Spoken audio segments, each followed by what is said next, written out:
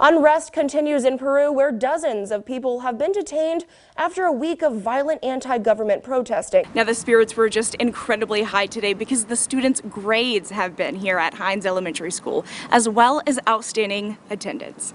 In Waco, I'm PJ Heussner, Fox 44 News. It's not just for fully certified teachers. Waco ISD is offering sign-on bonuses for counselors, librarians, registered nurses, and even police officers. Thanks, MG. Well, they talked crime statistics in Killeen, resolutions, and where the committee stands after a council member attempted to dissolve it earlier this month. 'Tis the season to watch your spending, but also watch your surroundings, especially when you get out of the car. Thanks, Adam and MG. Yes, the voting site at TISD's administration behind me is still not seeing a very long line at the moment, and you still have a couple of hours to get your vote counted. We don't know too much about the victims quite yet. Authorities are waiting to release the names until their families have been notified, but here's what we know so far. Well, hundreds have gathered here for different reasons. We're on this walk actually right now, headed back to Rudders Plaza, but here with me is Sydney. She is a student here at Texas A&M who has a reason of her own for why she's walking. Sydney, can you tell us why you're walking? So it's fairly quiet in here now,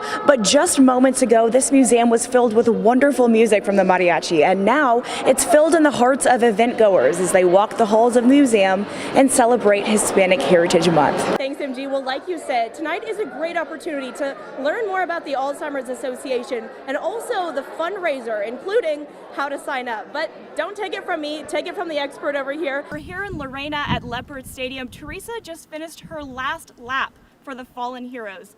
Teresa, are you tired? Kind of. Lake officials say one of the most important safety tips to follow is to wear your life jacket, but just make sure it's your size.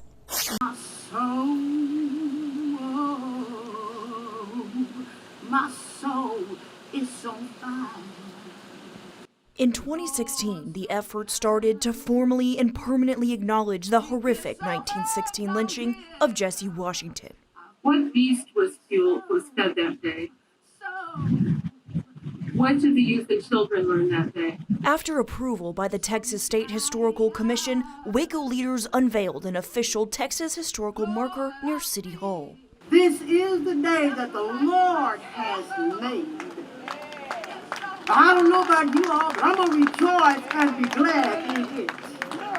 The Waco community gathered for reflection and recommitment to fully acknowledge our history, learn from our past, and seek justice as we move forward. If we are honest about our history, we can better comprehend ourselves and understand our community. Members of the NAACP, the McLennan County Historical Commission, the Community Race Relations Coalition, and even a cousin of Jesse Washington, Shirley Bush, spoke at the ceremony. I'm saying for him, let's get on with it.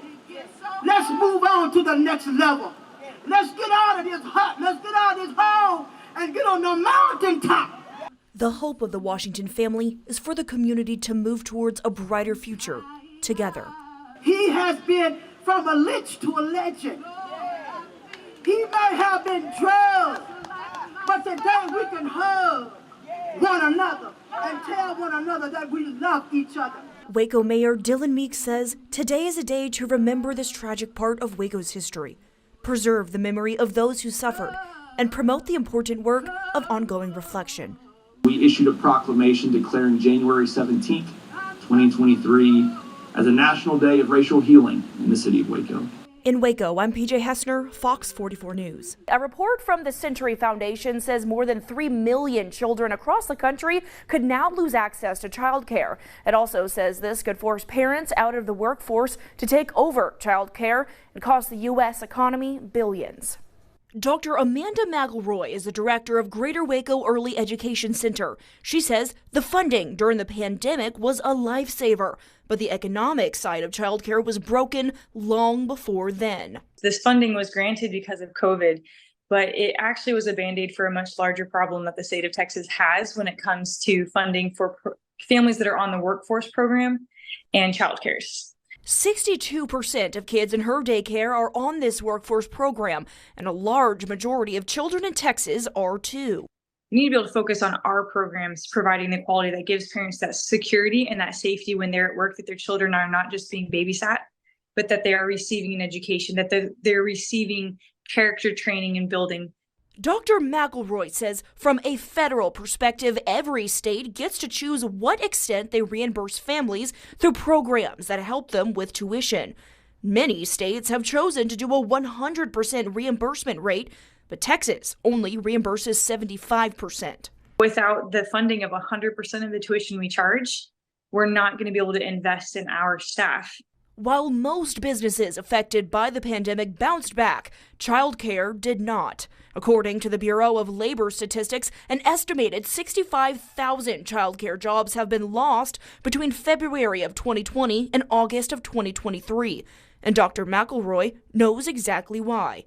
She says teachers in child care centers are required to obtain specific degrees and certifications, but are less paid than jobs that only require a high school degree. If we don't have the funding that we need to attract that higher quality staff, I mean, we're competing with gas stations at this point. According to the Century Foundation, more than 70,000 child care programs could now close, causing about 3.2 million children to lose child care. The way to solve it, though, isn't these short-term funding. It's for Texas to choose to change that percentile at which they reimburse all centers for all of these children on these programs. For some perspective, the average cost of child care last year was $11,000. In the studio, PJ Heussner, Fox 44 News.